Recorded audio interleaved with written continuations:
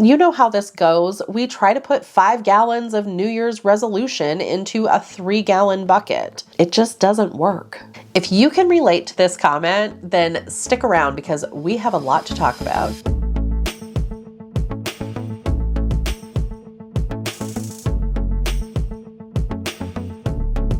Well, hello friend, I'm Mary Beth with At What Cost, where simple living and deep faith go hand in hand. And if you have started planning your New Year's resolutions, I would like to encourage you to pump the brakes just a minute, because I think we need to have some kind of big sister talk about planning our goals or our resolutions or our intentions or whatever we want to call them in the upcoming year. This really strange thing seems to happen at the end of the year. We have, for many of us, 2 to 3 solid months of go, go, go. Then an almost immediate stop for that weird week between Christmas and New Year's. And then bam, New Year's resolutions, get excited about change. Let's change all the things. A new year, a new me. And then within a few weeks, I don't really feel all that committed to my goals. My house doesn't really feel any different. And I sort of feel like I'm going off the rails. Today, I want to give you some mega motivation to get things back on track in this mega motivation collaboration hosted by the lovely Denise Jordan at This and That with Denise Jordan. I will leave a link in the description and at the end of this video for that mega motivation collaboration. I really enjoy kind of planning resolutions. I'm really awful at keeping them, and I don't think I'm the only one. In fact, there's a lot of science about this. Entire books have been written on this subject, and we're going to talk about at least one of those coming up. But I have discovered 2 main strategies that really help me to better pursue the changes that I want to see in life. And just a quick reminder, this is a faith-based channel, so we are going to be talking about Jesus. Now, the first strategy is to seek God in all that I do. The second strategy kind of helps with the first one, and it's removing anything that stands in the way of pursuing a relationship with God in prayer, word, and deed. Now, these may seem a little bit lofty. They're certainly not the quintessential New Year's resolution of trying to work out or eat healthier or play with your kids more, like any of all the things that we have all been carrying around for like years now. I mean, I think I've been making the same resolutions since like 2016. Yes, and I'm not the only one. Now, even though it may be just slightly a little like depressing feeling at first glance, I would really encourage you to read the book of Ecclesiastes before you make your New Year's resolutions. Why? Well, because the entire book is really about the pursuit of wisdom versus folly. This book reveals a simple yet important thing about this world and our place in it. Nothing lasts forever. And like many of the poetical books of the Bible, we see a contrast between wisdom and folly. And I often wonder what this book would look like if it had been written in kind of our modern day times. Go look at chapter 2. What would be the pleasures of life that we would put in chapter 2 today versus the original date of writing it? I mean, there may be some things that are different, but we find in verse 11 the simple and universal truth that there's nothing new under the sun. The same issues that we struggled with as mankind way back in the original context of Ecclesiastes still plague us today. We still look toward our physical circumstances to bring us life. What we see as we move into verse 12 and beyond, what it really looks like to seek God and the benefit of that in all that we do. I mean, let's be real here. 2021 was supposed to be our year, right? Like 2020 was pretty much a dumpster fire. I think we can all agree to that for at least most people. It wasn't a terrible year for us, but 2021 certainly has not been an improvement.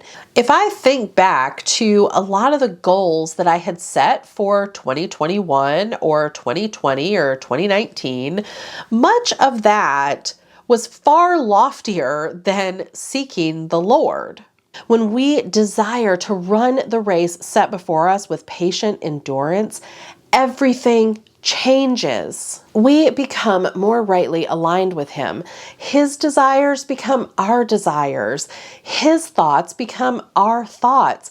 And His ways become our ways. Suddenly, I find it easier to let go of the things that keep me from having my quiet time or prayer with the Lord. I want to do the hard things like finding a time to walk and enjoy creation. I have more patience with my kids. I want to complete the work that I need to do with a renewed strength. And this is why I want for you to read Ecclesiastes, because right there in chapter 2, moving into verse 12, we start to see the benefits of pursuing wisdom or the knowledge of God over folly. So continuing to try and do the same things that we've always done with our own strength.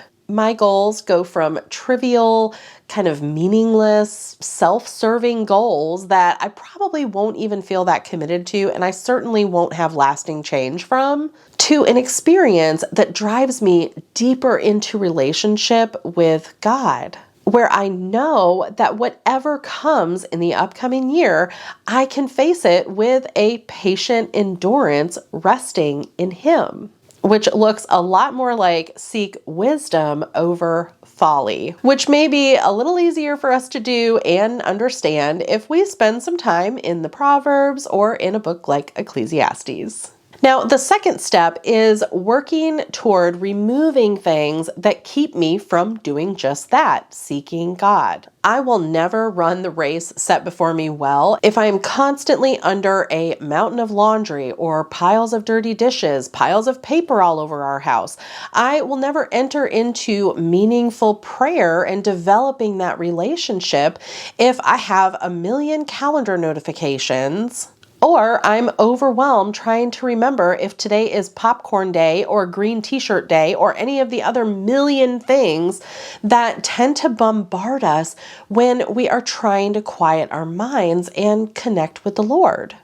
This is really where simplifying life comes into play. Now, you may be asking yourself, why would I choose these two strategies over my typical New Year's resolutions? Well, you're in luck because I have prepared an answer. I have this innate desire to get down to the root cause of things. If I can find the root cause of something, I can either fix it in the moment and change the circumstances right now, or I can fix it and maybe not have to have those circumstances in the future. And failed New Year's resolutions are no exception to the rule. So why do most New Year's resolutions fail? If we look at some of the science out there, James Clear has a good take on this in his book, Atomic Habits. You've likely seen this. I mean, it's everywhere unless you live under a rock. And if you live under a rock, I doubt you have Wi-Fi to even watch this. But I digress. Let's move on. In his book, Atomic Habits, Clear proposes that our goals are too big and ultimately feel unmanageable when our motivation begins to drop. The answer is to do less to get more.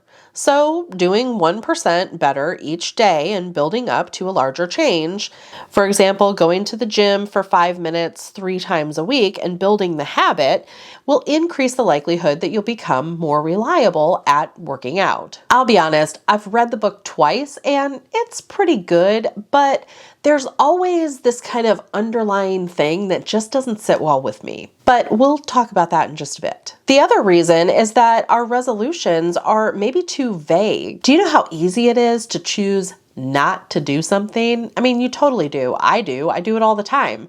The more vague something is, the more abundance of barriers that I have to overcome if I want to actually do the thing. In fact, it may be easier for me to not do it, which is kind of what led me to needing New Year's resolutions in the first place. those barriers, even the small ones, start to get in the way. So when I'm looking at my kind of root cause analysis, I may have a New Year's resolution to cook more at home, but I may be lacking the kind of foundational work of meal planning or shopping or worse, cleaning up. Show of hands in the comments if you have ever ordered dinner out because you didn't feel like doing last night's dishes. It happens. You're not alone. It's mostly human nature. Along the same lines, our goals aren't achievable. We either don't have the capacity to do it or access to the resources to get it done. You know how this goes. We try to put 5 gallons of New Year's resolution into a 3-gallon bucket. It just doesn't work. So I guess if I make small and manageable changes over time, then I'll achieve everything that I need to achieve. The problem I end up having with it is most of the time, I don't even have the 1%, which is kind of how I ended up here to begin with. And often, I have a hard time figuring out what that 1% even really looks like. Ultimately, it ends up feeling like the changes that I have to make, even if it's 1%, is something that I have to find within myself. That if I just could muster up the intestinal fortitude, even if it's to do 1% better today, that magically, I would just keep growing and growing and growing. But as a Christian, that doesn't really sit well with me. I don't usually have it within my nature to improve my situation, at least not in a lasting way. I mean, it's kind of like what we talked about at the beginning of this video. There's nothing new to gain under the sun.